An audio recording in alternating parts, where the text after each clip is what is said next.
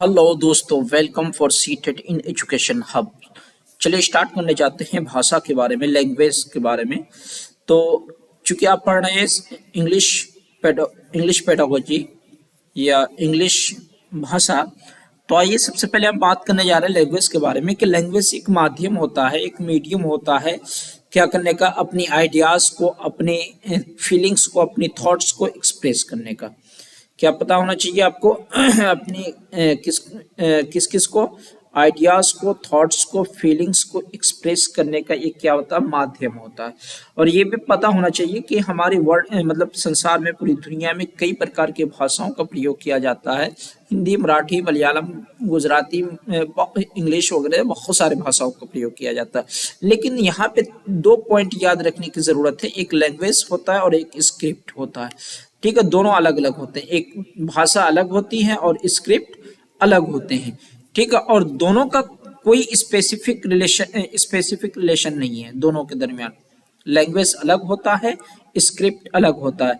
किसी भी लैंग्वेज को, किसी भी भाषा को किसी भी स्क्रिप्ट में लिखा जा सकता है।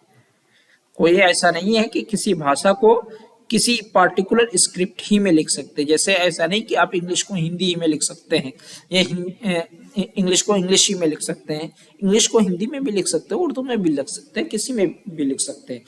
तो कहने का मतलब क्या है कि किसी भी भाषा को किसी भी स्क्रिप्ट में क्या कर सकते हैं, आप लिख सकते हैं। ठीक है, अब लैंग्वेज के फैमिलीज कौन कौन से होते हैं, कितने होते हैं? 5 होते हैं। इंडो यूरोपियंस, डेविडियंस, उसके बाद टिबेटो बर्मन्स और ऑस्ट्रो एशियाटिक और एंडेमेनीज। ये 5 होते हैं, ये आप याद रखिएगा। मोस्टली आपका पूछा जाता है सीटेट में इंडो यूरोपियन, जिसमें हिंदी, गुजराती, इंग्लिश, ईटीसी आता है, यानी हिंदी और इंग्लिश ये दोनों सब्जेक्ट आता है किसमें, इंडो यूरोपियन। तो इंग्लिश या हिंदी भाषा के बारे में पूछेंगे कि किस फैमिलीज के अंतर्गत आता है, किस लैंग्वेज के फैमिलीज के अंतर्गत आता है, तो आपको सिर्फ बताना है या टिक लगाना है इंडो यूरोपियंस में। किसमें? इंडो यूरोपियंस में। चलिए बात करने जा रहे हैं हम फॉर्म ऑफ लैंग्वेज की। नहीं, लैंग्वेज के कितने फॉर्म्स होते हैं, तो आपको पता होना चाहिए कि लैंग्वेज के मोस्टली 2 ही फॉर्म्स होते हैं। एक होता है ओरल और एक होता है रिटन। या तो लिख करके या तो बोल करके, दो ही प्रकार के भाषाओं का प्रयोग किया जाता है। तो ओरल मतलब मौखिक और रिटन का मतलब लिखित। ठीक है, यानी या तो भाषाएं ओरल, मौखिक, बहुत सारी भाषाएं सिर्फ क्या होती है, बोली जाती है, बस लिखी नहीं जाती है। बहुत सारी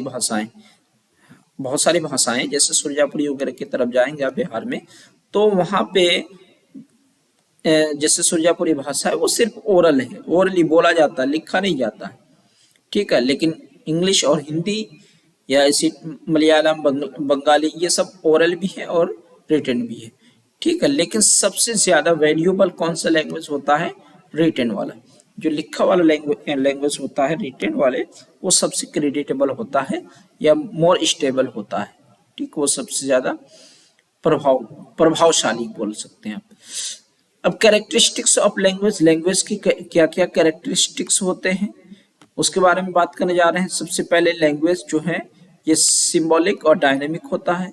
मतलब लैंग्वेज को जो भाषा को जो सीखा जाता है, भाषा जो है सिंबल के फॉर्म में, सिंबल में होता है। जैसे ए है तो ये एक सिंबल ही है, ये सिंबल है, बी है एक सिंबल है, सी एक सिंबल।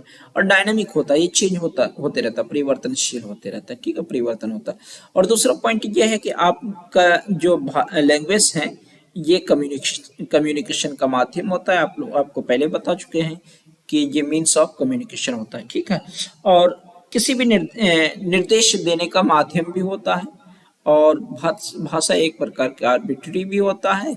और एक पॉइंट जो सबसे इंपॉर्टेंट है, लैंग्वेज बहुत ही जटिल होता है, कॉम्प्लेक्स होता है, इजी नहीं होता। धन्यवाद दोस्तों, अगर अच्छा लगे तो शेयर करिएगा, लाइक करिएगा। ठीक है, नया नहीं है, ताकि पढ़ाने में क्या हो, एंजॉय मिले। धन्यवाद, यू मोस्ट वेलकम।